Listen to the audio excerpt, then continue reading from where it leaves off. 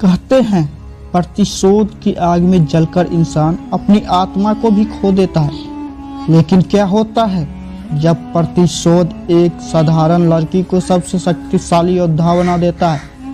स्वागत है आपका हमारी आज की रहस्यमयी कहानी में। दुर्गा की प्रतिज्ञा।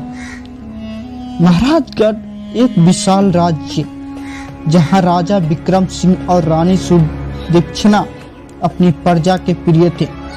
उनकी मात्र एक संतान थी, राजकुमारी दुर्गा। नाम के अनुरूप वह देवी दुर्गा की तरह ही साहसी और निडर थी। लेकिन उनके जीवन में एक अंधेरी रात ऐसी आई जिसने सब कुछ बदल कर रख दिया। अचानक एक रात दुश्मनों ने महाराजगढ़ पर हमला कर दिया। यह हमला इतना अचानक और भयानक था कि राजा और रानी को अपना जीवन गंवाना पड़ा। महल खंडर में तब्दील हो गया।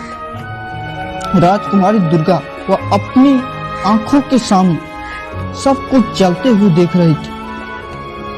अपनी आंखों में आंसू और दिल में प्रतिशोध की आग ली।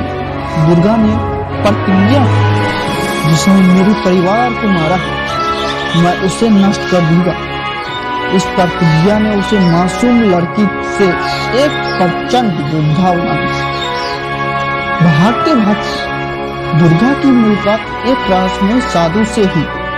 वह साधु जिसे तंत्र मंत्र युद्ध कला का ज्ञान था, दुर्गा की आंखों में जलती हुई आग को पहचान गया। उसने उसे योद्धा बनाने की शिक्षा दी ताकि वह अपनी प्रतिज्ञा को पूरा कर सके।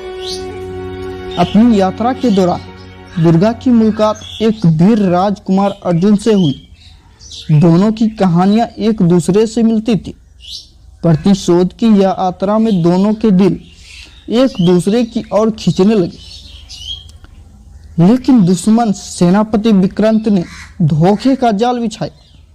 उसने अर्जुन को कैद कर लिया और दुर्गा को मारने की योजना बनाई।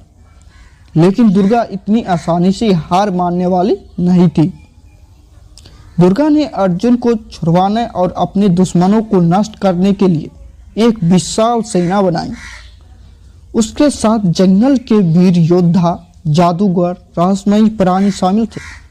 अब दुर्गा तैयार थी अपने अंतिम युद्ध के लिए। 10 साल बाद दुर्गा ने अपने दुश्मनों को राज्य कुलकूट पर धावा बोला। यह युद्ध इतना विनाशकारी था कि चारों ओर चीख पुकार मच गई। दुर्गा ने अपने मंत्रों और शक्तियों से दुश्मनों को धूल चटा दी।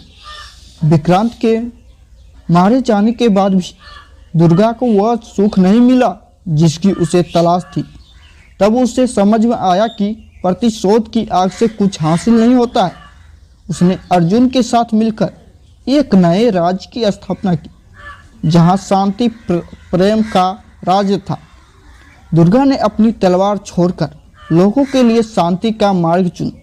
उसने साबित कर दिया कि बदला कभी भी किसी की आत्मा को संतोष नहीं दे सकता है।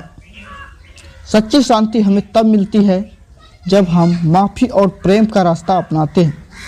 अगर आपको हमारी कहानी दुर्गा की प्रतिज्ञा पसंद आई हो तो इसे लाइक करें, शेयर करें और हमारे चैनल को सब्सक्राइब करना ना भूलें। और हाँ, बेल आइकन को बटन दबाएं ताकि आपको हमारी नई कहानियाँ सूचनाएं सबसे पहले मिले। अगली कहानी में फिर मिलते हैं। धन्यवाद।